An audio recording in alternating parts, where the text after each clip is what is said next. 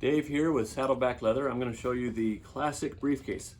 These are the same ones, same leather, everything. This is all worn and rubbed in and all that sort of thing. This one is brand new. So I'm going to walk through with you all the design, all of the leather, like why we use the hardware, everything, okay? All my thoughts on it. This is the large briefcase. It's 16 inches wide, 12 inches tall. It's pretty cool. So anyway, my son, Cross, is doing the video. Learning how to do the video. Anyway, here we go. Let me show you this this briefcase and why I did what I did. I'll start on the outside. This is, these straps are the perfect distance apart.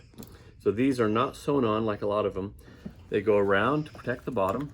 They're also removable so that you can use them as a size 36 belt. If you forget yours, which I've done several times, you can take it off, walk the dog, that sort of thing. I tuck these under because I think it looks better, well, it looks better, looks okay like this, but it's easier to just buckle one instead of all three. But if you need all three, by all means, strap them down. So let me show you what I have done with this belt even.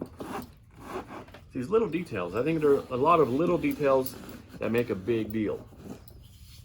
This, I've gone all the way to the tip here, all of them. All of them have a hole really close to the tip because I don't know how many times I can tell you I've had this all the way stuffed, and I mean stuffed full, and I get that last hole on there and I'm like, oh yes, it fits.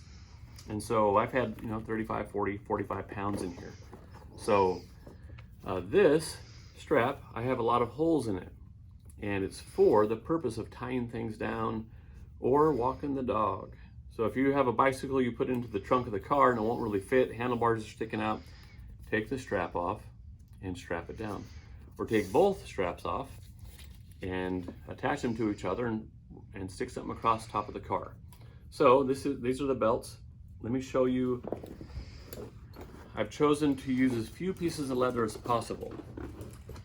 So this one is all the way to here, just one solid piece, because the seams are where the quality breakdown happens. So, and then I have one piece right here, the front part, and then I have two individual long gussets all the way down, all the way here, because if a bag is going to tear, it's going to tear at the seam because the leather is tough. So I use as few pieces of leather or as leather as possible, so I have as few seams as possible. These have D-rings here. One of the reasons I have these straps also is to strap things on. So what I'll do also is I hitchhiked around Mexico once and I put my serape through here like a blanket, and then I had my hammock hanging on the side. I had a piece of leather here just hanging on the side. I had my flippers, snorkel, and mask on the bottom with these D-rings. These D-rings also protect the bottom of the bag. So believe it or not, even rocks wear away.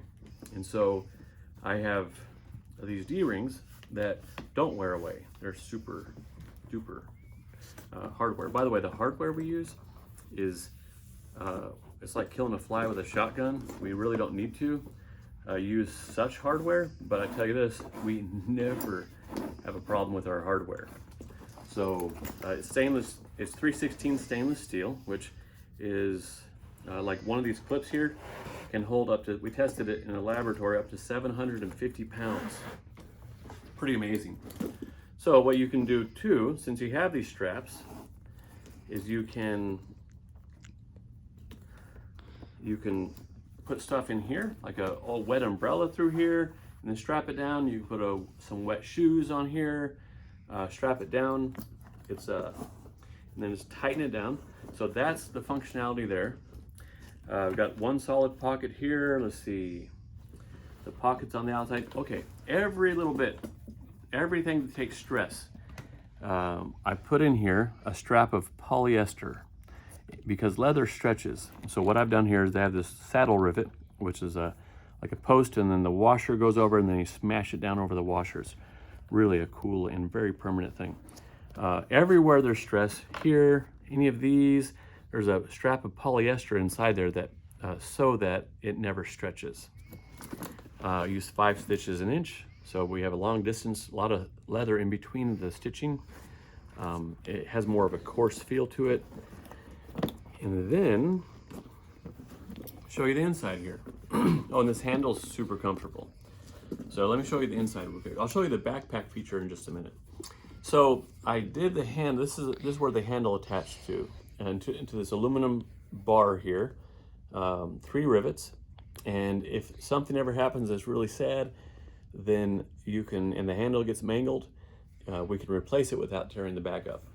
So here's the inside. A little key strap here. That's handy for traveling. I'll put my keys in when I get into the shuttle, and then I go fly, and then I get back and I know where my keys are.